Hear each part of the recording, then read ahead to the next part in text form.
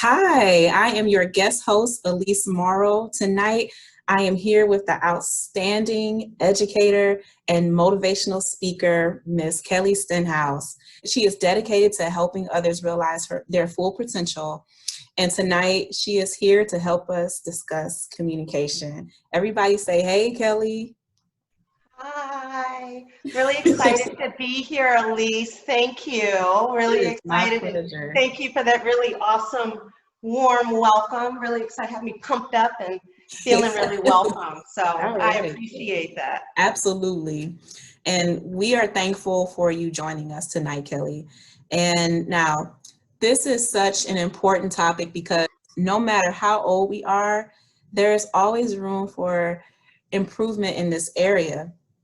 And so let's dive right in. Kelli, tell us a bit about yourself. Great, happy to. So I am born and raised from the state of Virginia. I'm an only child, two working class parents. I went to Longwood College for Okay. undergrad. I always knew that I was going to be a teacher. I knew at 14 years old that I wanted to be a teacher. Wow. Stayed committed to that. I'm starting my 21st year in education. I went to Longwood College for undergrad. Wow. After I finished undergraduate college, I had my certification in teaching. I went back home, which was Lynchburg, and I taught there for a couple of years, and just didn't want to grow up there. Didn't want to be an adult. So they took me to the Richmond area, where I continued to teach middle school. I was a 6th, 7th, and 8th grade middle school teacher, English, history, communication skills, journalism, a little bit of everything. I always loved middle school. I tell a joke, people would look at me and roll their eyes when I told them I taught 8th graders. But truly, yeah, truly the joy of my life. So starting my first Yes. year in education. Right now, I work for the Department of Human Resources for a school division in Northern Virginia. I'm a teacher recruiter, but my primary responsibility is working with high school students and college students that plan to become educators. So I Wow. help advise them, grow them, give them career mentoring advice, and then we hire them back after they've become certified. So You really are exciting and amazing. fulfilling work. I mean, especially for me, you Yeah. know, I meet adults all the time and they say, no teenager could know what they want to do. Yeah. Yeah, they do. I was one of those kids. And I meet them every single day, you know, Yeah. and it's really, really fulfilling and exciting work for me. Yeah. So outside Yes. of teaching, outside of my HR role, I'm a motivational speaker, I'm a writer, I provide workshops and career development sessions for teens and young adults. I love discussing bullying and confidence and self-esteem and dating and relationships and all those topics that we know are so important for our young people. Right. Married, have no children. We have a dog. And prior to COVID, at least, had a pretty active life. I enjoyed traveling and entertaining at home and spending time with friends and family. But the way things are right now, things have kind of gotten in the way, you know. But I'm still Mhm. reading and finding ways to exercise and really stay involved as well. Awesome. Thank you. I just love your spirit. You have such a beautiful spirit. I have to say that. Oh, sweet. Thank you. Yes. And so how long have you been a motivational speaker? Oh, gosh. I started this work probably less than 5 years ago. So this is Okay. still very, very new for me. Mhm. I realized a long time ago that my impact was larger just in the classroom that I had. It Mm. was Wow. larger than just a small group of people that I was allowed to interact with. I have a Yeah. story and I have a message, and I love to share that in hopes that it's going to inspire and motivate other people to be their absolute best. So before we start, I told you I'm a little nervous. Me So we're a too. little nervous, but you know, the motivational speaking part, you know, when I got the idea of doing this, you know, I was reading something and someone said, what would you do and not get paid for? Mm. Right? What would you do and actually do it for free? And this is it. This is Mm. it, sharing my word and helping to motivate other people too. It's what means the most to me. So that's what got Yes. me into it. less than 5 years, looking forward to a career of motivating the masses, traveling, just really interested in working with not just young adults, but parents, women as well, other Yes, small yes. business owners. You know, it's really important that we surround ourselves with people who believe in us, you know, that Absolutely. are cheerleaders and help us to set and achieve those goals. And I just hope to be Yes. that person in the Oh, lives of other people, for sure. wow. I love everything that you're saying, and I'm trying to continue to have my video face on, but it's like, oh my gosh, I love what she does. I love the heart. I love the mission, and I love the vision that is inside of you. And I love that you're walking in purpose. Like, I'm just like so inspired to hear this. So, okay, let me get myself together. So, why is it so difficult for us to communicate? I think it's because everyone has their own way of communicating, Mm-hmm. right? Like I said before, I taught a class, it was a 7th grade elective class, and it was communication skills. You know, but who of us, who has the opportunity to take that class, right? Right. It's not offered, maybe, you know, in the high school or college level, but think about all the communicating that has to take place prior to that, right? And it's something that requires practice. It requires understanding. It requires learning as well. But a lot of things when we think about how we're grown up, how we grow up, we've got cultural differences that impact how we communicate and understand Absolutely. with each other. Absolutely. Okay. Mm. Imagine Elise growing up in a home and you never heard anyone say, I'm sorry, Yeah. right? Never hearing anyone admit that they're wrong or take ownership of mistakes. And we know how critical and important that is. That's So so it's true. how we grow up, right? It's how we learn to manage our emotions and deal with conflicts. It's just Yeah. a number of different things that all play into that. We hear all the time effective communication, you Right. know, and what that means, but a lot of people really, really don't understand, you Wow. know? So I So think really true. diving in deep and learning more about it. I think learning more about yourself. There are a lot of things out there like emotional intelligence quizzes and different things to learn more about yourself. And then I think it helps us to understand better how we deal with other people and how we Right. communicate with other people. Exactly. And then as we're learning things and growing, you know, I believe it's also important to share because the Yeah. same challenges and things that we're having or maybe encountering, it's important for us to learn and help other people to overcome those as Mm. well. Exactly. Wow. That is so true. That is so true. Okay. So tell me, what are 3 keys to good communication?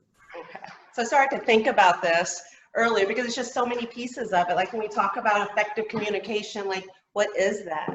You know, I think the number one thing that's most important is how they say things, Mm-hmm. right? It's Mm-hmm. how we say things and how we internalize what's been said to us that's so important. So I think things like tone, Mm. right?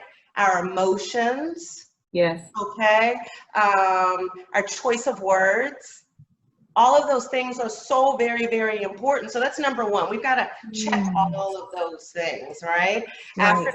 that, one thing that works for me, and I learned this, I used to be an instructional coach with teachers. So I spent a lot of time going into teachers' classrooms, observing, providing feedback. And what I did learn was a lot of growth for me because dealing with adults is completely different than dealing with kids, right? So Mm-hmm. something I picked up along the way is oftentimes we can say something, right? And think it was received in a certain way, or vice versa. Someone can say something and we think that they meant to. So I like to say, so what I hear you saying is, right? Just Right. Right. repeat it because someone can say something, but we hear something completely different, Right. right? So So I'll true. say back, so what I hear you saying. So in Mm-hmm. another way, you meant this, just seeking to understand. Drives my husband nuts. Okay, drives him crazy, you know, but it works because then he has Wow. the opportunity to say, no, I didn't mean that at all. Mm-hmm. Mm-hmm. Well, what I actually meant to say was this, right? So I Yes. think going a different level and seeking to understand and asking those questions just to be sure nothing's getting lost in translation and we truly are on the same page. Yeah. So, That's so good. And that's so true. and I think the last piece is we don't always know what we want to say. Mm.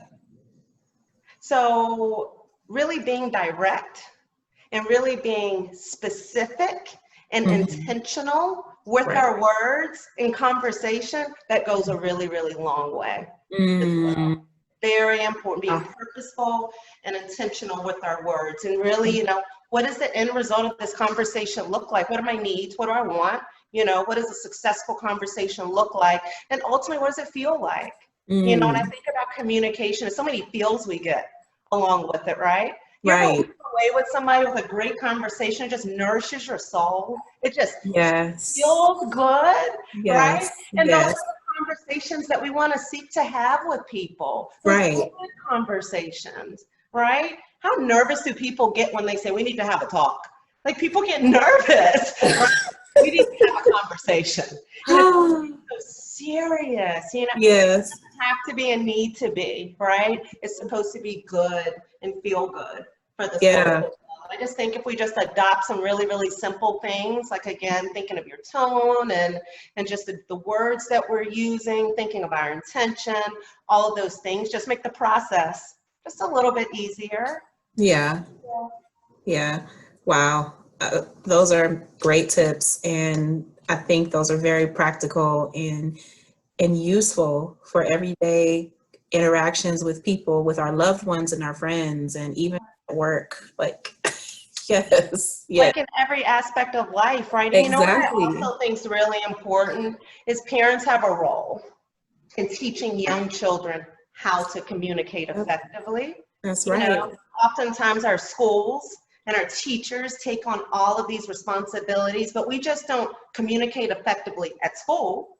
It needs to transfer at home as well. Right. And parents, as the adults, have the responsibility of modeling that behavior and Yeah. teaching their children and setting those expectations very early on that they're able to communicate in a respectful way That's so true. as well. We don't throw tantrums to get what we want. Right. We don't do that as adults, right? So if we're Right. teaching a 3-year-old how to use his or her words, right? How to express his or her desires or wishes or whatever it is without throwing something or breaking something, that's what it's all about.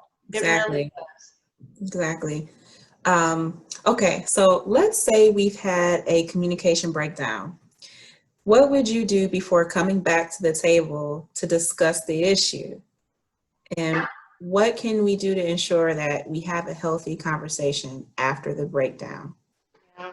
This happens, doesn't it? It's uncomfortable, right? It's uncomfortable. It's that moment of, what do I say? What do we do? Where do we, start over? And the thing is, Elise, it happens all of the time. Breakdowns in communication happen between people very, very frequently, okay? It's how we bounce back from that as well. So I think just looking at the issues that are at hand, removing blame from the situation. When things go Yeah. wrong, we're Yeah. quick to blame That's good. somebody else, right?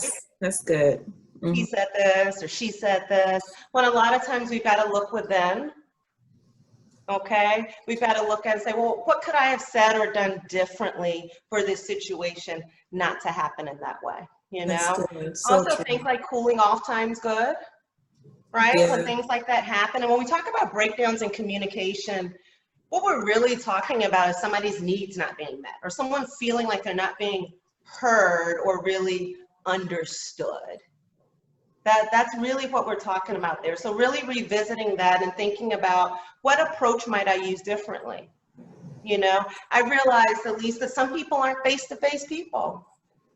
And That's sometimes we've got true. to write a letter, like an old school letter, right? Right. An Right. email. There are other ways to communicate outside of that. And maybe there's an issue where the face-to-face communication isn't working. Okay. And it Mhm. may be an opportunity to write a letter or communicate in some other kind of way. So sometimes just changing the approach, Right. might be difficult as well. But I think having some cooling off time, revisiting the situation, okay? Again, understanding your intent, your purpose, okay? Mhm. Being specific and clear and direct, just like before, okay? And I think that just carries on with anything. I think sometimes some people shut down, when they feel like they're not being heard, but that's never, ever the best way to go about things, okay? It's important to continue to be clear and direct. And then with, you know, when I look at, and if none of those things are working, right?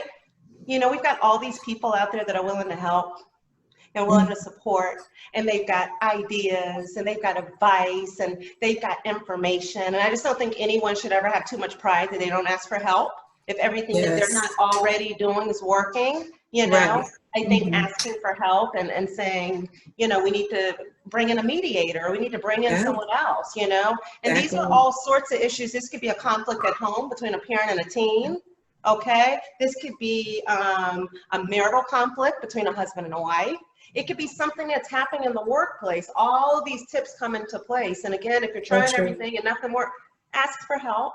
There's somebody out there that can help you to figure it out and to negotiate all of that. But what's most important, and what I believe is, things like this shouldn't cause us stress, right?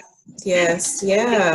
From like energy and those types of things. We want to solve problems and we want to be able to move on. Exactly. Right? In the best way for everyone that's really involved. And you know, when it comes to communication and breakdowns in communication, I don't believe we should drag things out for weeks, months. Oh, we're not talking to each other. We're mad for 3 months. That's never the right way to go about doing things, right? Yes.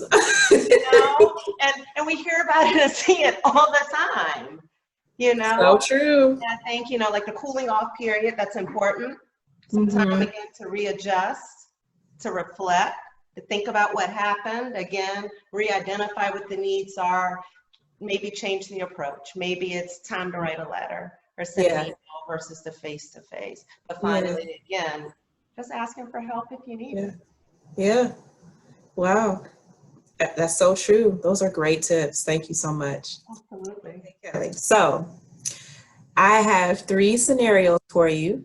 Okay. And they're involving 3 people, 3 different generations of people, of ladies, of women, girls. All right. So they really need your help. The first scenario, I mean, you are the experts. I can help. Okay. Coming to you for help. So the first scenario is a 15-year-old girl, and she wants to go to a party with her college friends, and she knows them from high school. Mom says no. How can we have a healthy conversation without creating a gap in the relationship between mom and daughter? And what would you say to the daughter? Okay. So this has been happening, and I know because I've been getting calls for since March, COVID, right? All the college students that I work with, so they're older. This is a 15-year-old, right? But I work with 18-year-olds and 19-year-olds, and they've been stuck at home since March with their parents, you know, and they're emailing me, oh my gosh, I want to go see my friends, or I want to go out, or I want to do, you know, whatever it is. So at least I'm assuming that this situation's happening now and it's current. Okay. Yes. So I'm going to relate it to COVID. Okay. Right. I'm going to relate it to everything that's happening here and the responsibilities we have. Yes. So first of all, with teenagers, just telling them no doesn't work. Yep, true. You know, being a dominating parent and just saying no because I said so and I'm the mother. That's how our parents did it. I know that's how mine did, right? Yep. And we knew not to ask questions. We didn't debate it. These young people are different, right? And we need to respect that they're different. And I think, you know, that no needs to come along with an explanation as to why. And right now, this why is simply rooted in the fact that we are in the middle of a crisis, a world crisis, a pandemic. There are things happening around us that we never in a million years ever would have suspected or acted. And we all have to react, you know, in a different way. She's 15, okay? So I'm thinking like 10th grade or so. So in middle school in the state of Virginia, the history curriculum for civics and economics actually speaks about civic responsibility. And it teaches young people that civic responsibilities, things like, you know, volunteering or cleaning up trash or voting or participating in the government. But we have to look at this situation as another example of civic responsibility. We have a civic responsibility to keep ourselves safe and the other people around us. And what that means, you know, we have government restrictions that are dictating things like gatherings and parties and social distancing. So I think having that conversation, okay, playing on that prior knowledge, because they talked about this in class, they learned all about their responsibilities as citizens, you know, because not only does citizenship come with rights, it comes with responsibilities as well, okay? Exactly. Wearing a mask and adhering to 6 feet distance between people and small gatherings and all of those things are examples of our responsibility. This is what we are supposed to do. And there's so much debate, you know, out there, but I think, you know, the young people I know, they get that. They're gonna understand it. But again, it goes back to tone, right? Choice of words, how we say things, right? And teenagers, you have to sit down and have conversations. These are the conversations you want to have. That 15-year-old might grow up in 3 years and they're a politician or a lawmaker. They might be involved in making some of these types of decisions here. Exactly. Right? Exactly. And they just want to understand. We just can't tell them things. We've got to explain to them in a way that they understand and they're going to get it. What also I think is important with this 15-year-old, teenagers want to feel that they're heard, right? So validating her feelings. Saying, I miss my friends too. You know, we used to have girls' night on Thursday. I miss seeing, you know, the women from work, helping your child to understand, I get it because I'm feeling the same exact way and we're in this together, right? So we support each other through this. And I think that's like really the key. But just to know, you know, that's not going to be it. So at least I'd want to talk to mom and daughter. Okay. That's what I say to the 15-year-old, but I'd want to maybe talk to both of them, you know, to definitely, because like you said, preserving that relationship is critical. That was the other part of the scenario. How do you move forward from this, right? How do we move beyond the slam doors? And I'm not talking to you for 2 weeks and, you know, that's the reality of it. Yes, it is. Yes. You know, you don't want that stress in your household. It's unnecessary stress for them, right? And for you as well. So I think just, again, relating it back to what's important, it's not about you. Teenagers can be selfish. They see themselves as being invincible, and old people get COVID. But you know what? You could be asymptomatic and you could bring it home and give it to your grandparents. You know, really, really urging them to think outside of their bubble. Because they're teenagers. They're teenagers. That's all they know is, I want to see my friends. You know, I missed this at school. This happened or that didn't happen. This is what I want. But now's a time that none of us can think about I. No, not, not right now. You know, and the thing is, you got to know your kid, right? But I truly believe if the conversation takes that direction, then the end result's going to be very, very different, and also a lot more satisfaction for both. Yes, that's great. That's great advice. That was great. Right on point. Okay, so the second scenario is a 20-year-old daughter, right? And she has decided to leave school to pursue her dream of opening a pottery store. The mother is upset because she's financed 3 years of college tuition, room and board, et cetera, et cetera. What would you say to the mother? Wow, right? This happens all the time. It happens often, right? And it's sticky. My answer might not be like the most popular one, I'm not sure. And maybe even an unexpected one because I'm an educator, right? But before I'm an educator, I'm an advocate of pro-happiness, right? I'm an advocate of life happiness.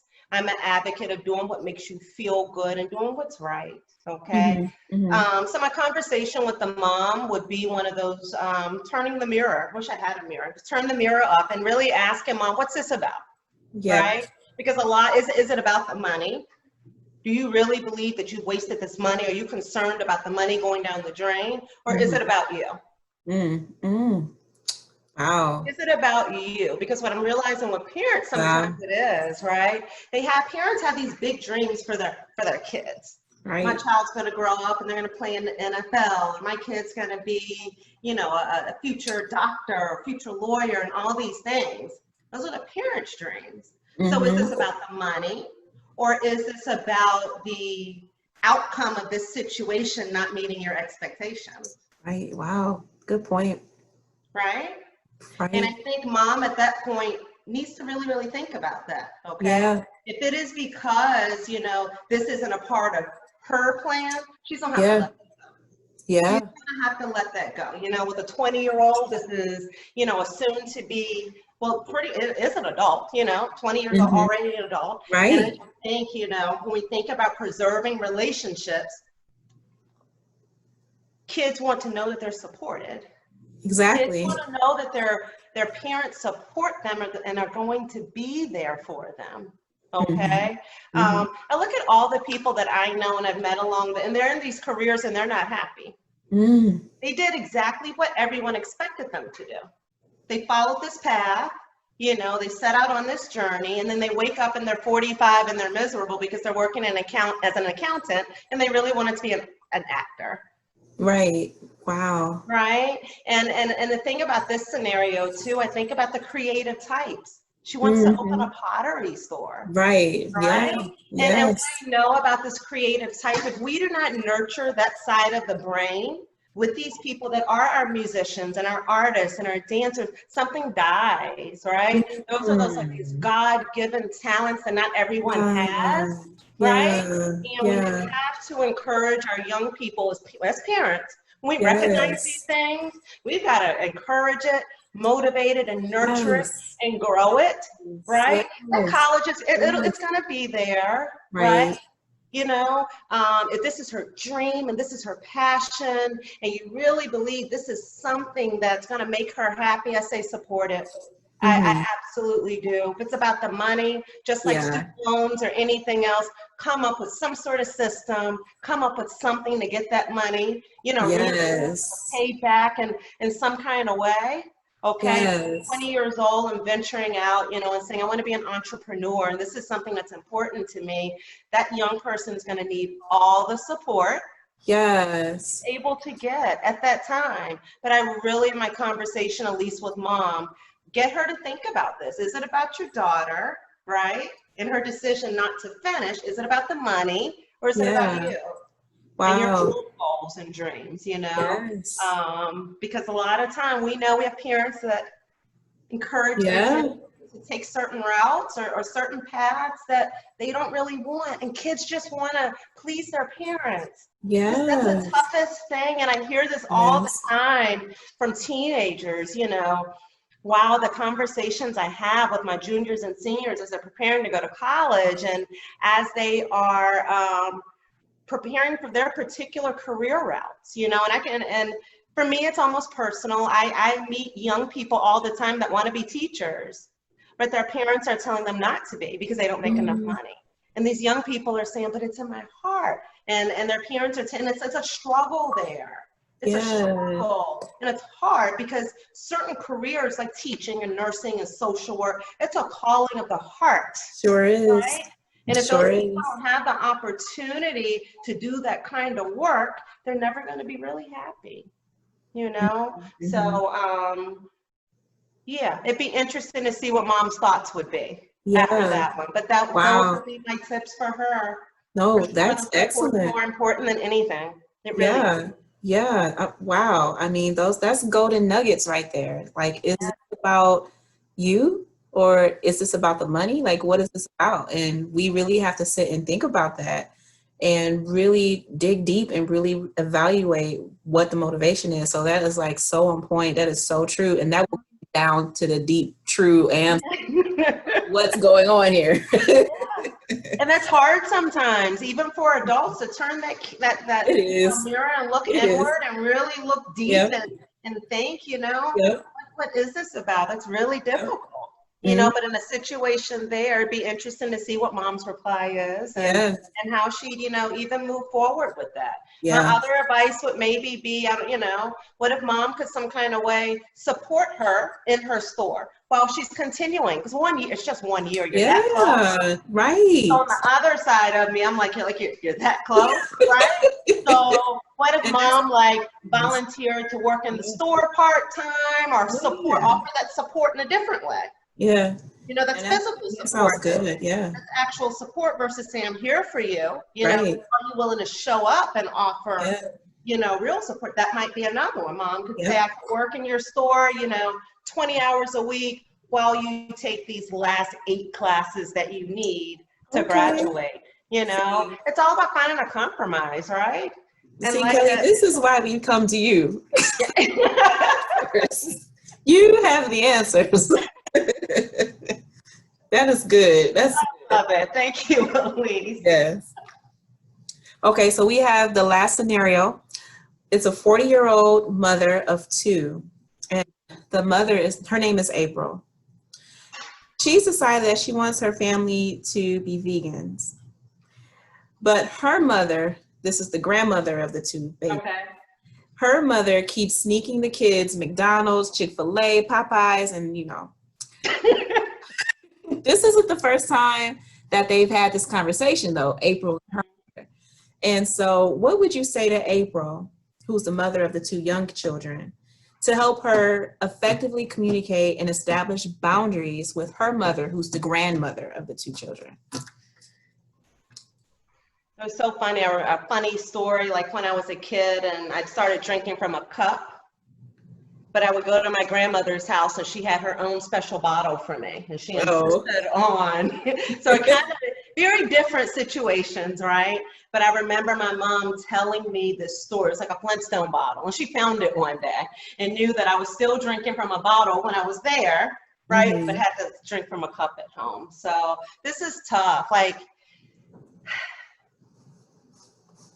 the relationship that grandparents have with their kids is one of the most, their grandchildren is one of the most significant and important ones there. And it needs to be preserved and it needs to be valued. People that adopt, you know, lifestyles such as vegan lifestyles, other people that aren't committed to that, they don't understand. They don't understand that level of commitment. They don't understand the why. And a lot of people never will.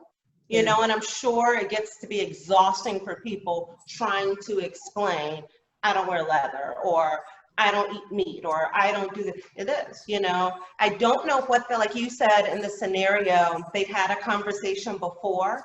So I don't know what that conversation was, but I definitely think April should revisit it with mom. Okay. Maybe using some of those communication tips that I shared earlier. Okay. Paying attention to tone and body language and word choice, okay? Really understanding who she's communicating with too, because that's another piece of it, understanding your audience, right? That's it, right. You know? And if this is her mom, she grew up with this woman. Right. You know, and a lot of grandmothers are like, I raised you and you turned out fine. How are you going to tell me what to do? You know, parents don't all the time want to hear from their kids. Like what you do, right? So you've got all of these different layers here that are really challenging and difficult to navigate, right? So I would advise in the beginning, I would never say anything like, you know, to tell, well, just don't send your kids over there anymore. Nothing like that, because that relationship, the kids are going to miss out, and that's not fair, right? So I would definitely encourage April to revisit that conversation, utilize some of those tips. And if still nothing changes, okay, I'd maybe start doing more things together, right? So the kids just aren't at grandma's house all day long by themselves. Maybe mom starts going over too, or maybe they go to the park together, or decide they want to ride bikes together, or they start doing more things. And then April has the opportunity to more closely monitor the food intake that she's so concerned about, because if she's right there, right, the kids aren't going to be eating Popeye's chicken sandwiches. Right? Okay, so that's just an Right. idea, like with all these scenarios, like it's so many issues and layers, but sometimes I think you've got to get creative. You've got Yeah, to think outside of the box, but again, what are your needs? What is it that you want to see happen? Okay, and really thinking about ways to get that met. But with mom, that was a tough one. I actually laughed out loud. yeah, But that that is one, tough. I know it happens. Uh-huh. I'm accustomed to everything. Absolutely. Here it happened to be a vegan lifestyle, but I started to think about other things just like sugar, candy. It'd Yes, be like the yes. same type of thing. It's, I just had to change the context of it. And again, Yeah, people don't really understand. People that don't have that level of commitment or aren't invested in that type of lifestyle, they just don't understand. And in some exactly. situations, I don't think it's any way they ever will. So I think April, mom, and the grandkids together do more things, Yeah, right? yeah, And maybe even share some healthy recipes and things yeah, it's a good with her idea. mother, right? Absolutely. Some So different true. things that maybe she normally wouldn't have tried that she'll Right. actually like, that the grandkids like Exactly. too, right? Something Exactly. that she's able to cook like when they're there as well. And I think sometimes it's just opening people's minds to Right. things, because Yeah. just, yeah, that's just how it Hmm. is. No, absolutely. Those were great. Those were very helpful. All right, Kelly. So we are going to play a quick game called Mama Said. Okay. And so over the years, our mothers have had different sayings when it comes to different topics. So I'm going to say a word and I want you to respond with what your mom would say. So, for example, if I had the word chocolate, I'd say my mom said chocolate cherry, ebony, angel eyes, sweet sensation, black pearl, black diamond, black gold. So Wow. my mom actually used to say that, and that really was just a play on the word chocolate and beauty connected. So I like love it. brown, dark brown color, and then beauty. She would attach the two. All right. So I'm Do it. going to go ahead and give you some words, and then and you tell me what your mama would say Okay. on those words. Okay. So the first word is dream.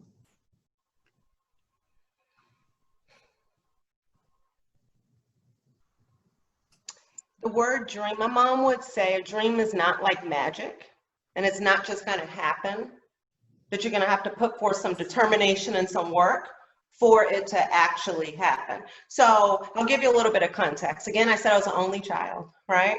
So like dinner time conversation would be these really deep, serious conversations with my parents, even at like 7 and 8. So they never talked to me like I was a kid.